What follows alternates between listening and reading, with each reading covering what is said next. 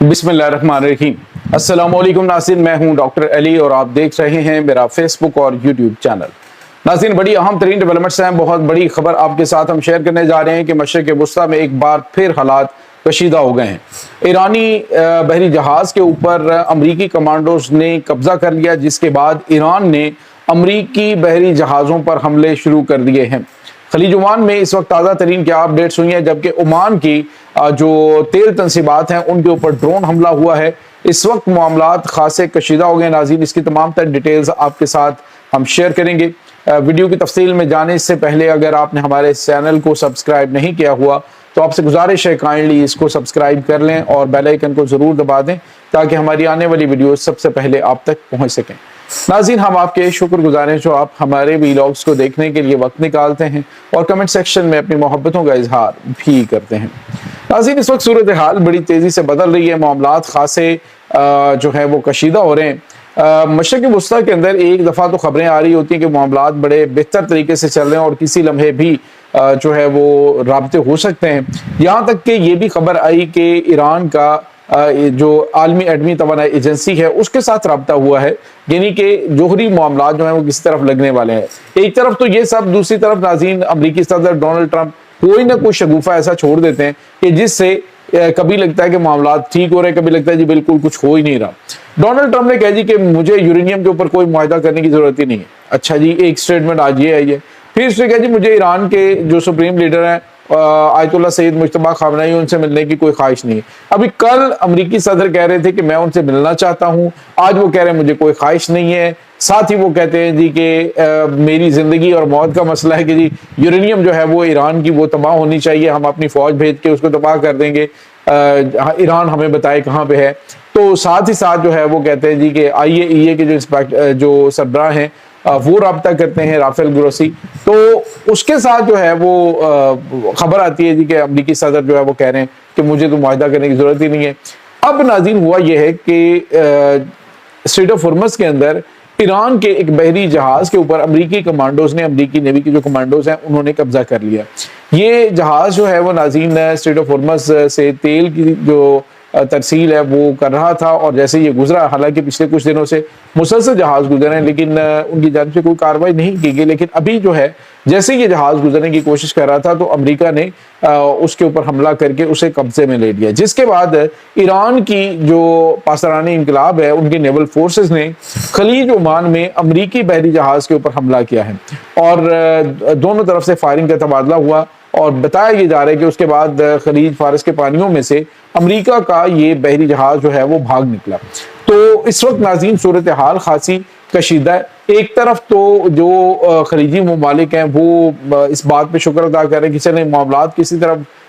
ख़त्म हो ताकि उनका तेल जो है वो बिक सके। दूसरी तरफ नाज़रीन खबर ये आ रही है कि ओमान, जिसके बारे में अभी चंद दिन पहले अमरीकी सदर डोनाल्ड ट्रंप ने कहा था कि दीगर खलीजी ममालिक की तरह अगर तुमने मेरे साथ ताउन नहीं किया तो मैं खलीज जो सल्तनत ओमान है उसको तबाह बर्बाद करके रख दूंगा। उसके बाद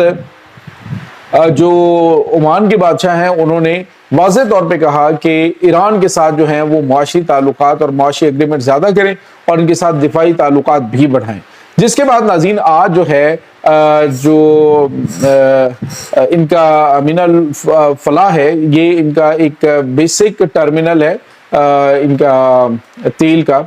जहाँ पे ये लोडिंग होती है, तो उसके ऊपर एक ड्रोन हमला हुआ है। नाज़रीन, ईरान की जानिब से तो डेफिनेटली अटैक नहीं किया जा सकता। ईरान ने खलीज ओमान के पानियों में हमला जरूर किया लेकिन वो अमरीकी बहरी जहाज के ऊपर हुआ है। लेकिन ईरान ये जो ओमान है उसकी जो तेल तंसीबात जहां से लोडिंग होती है वहां पे ये अटैक जो है वो ये जाहिर कर रहा है कि ये हमला बड़े मज़मूम मकासद के तहत किया गया। 2 दिन पहले जो हमला कुवैत के ऊपर हुआ है उसकी जिम्मेदारी भी ईरान ने कबूल करने से इनकार कर दिया। उन्होंने कहा हमने ये अटैक नहीं किया। तो उसके बाद पता चला जी कि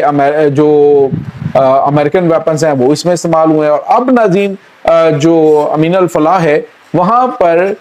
हमला हुआ है और ये ड्रोन जो है इसने जाके वहां पे ये स्टक हुआ है, वहां पे आग लगी हुई है लेकिन जो लोडिंग है वो मुतासिर नहीं हुई है। फौरी तौर पे रेस्क्यू ऑपरेशन शुरू किया गया, तो जानी नुकसान भी नहीं हुआ लेकिन ये हमला हुआ है। नाज़रीन, सवाल ये पैदा होता है कि ईरान तो हमला कर नहीं सकता, ईरान जो है वो तो उनकी बड़ी फेवर कर रहा है, तो इसका मतलब ये है کہ جو پہلے حملے ہو رہے ہیں، جس طرح سے کویت کے ایئرپورٹ کے اوپر اٹیک ہوا، پھر اسی طرح سے ابھی جو حملہ ہوا ہے، اس کے پیچھے بھی وہ عناصر شامل ہے جو خطے کے اندر اسلامی ممالک کو آپس میں الجھانا چاہتے ہیں، آپس میں جنگ چھیڑنا چاہتے ہیں ان ممالک کی۔ تو یہ عرب ممالک جو ہیں یہ تو اچھی طرح سے سمجھ ہی چکے ہیں۔ آج سید عباس اراغچی جو ہیں وہ ایران کے وزیر خارجہ، انہوں نے کہا ہمارے پاس ٹھوس شواہد موجود ہیں کہ متحدہ عرب امارات کی جانب سے ہمارے اوپر حملے کیے گئے ہیں۔ ایک تو ان کی جو اسپیس ہے وہ استعمال ہوئی ہے، ان کے اڈے استعمال ہوئے ہیں، بلکہ بذات خود انہوں نے جہاں پہ ان کی اپنی ڈپلائمنٹ ہے وہاں سے انہوں نے ایران کے اوپر حملے کیے ہیں۔ تو یہ ناظرین اس وقت صورتحال خاصی کشیدہ اور پیچیدہ ہوتی ہوئی دکھائی دے رہی ہے۔ ناظرین یہاں پہ آپ کو یہ بتا چلیں، ایران کی جانب سے